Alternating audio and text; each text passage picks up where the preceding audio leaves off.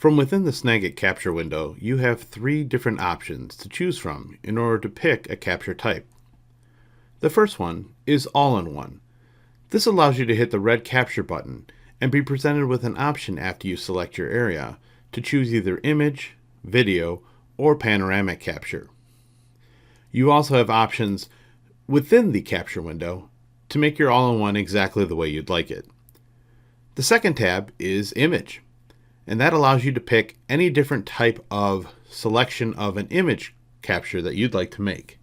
This will strictly create an image and drop it in the editor for further editing if you choose to do so. The third option is video.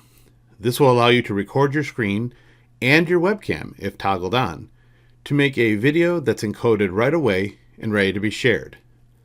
Remember, if you use Snagit's global capture preset hotkey, in this case print screen, Snagit will remember whatever capture state you were in last and revert to that the next time you hit the button.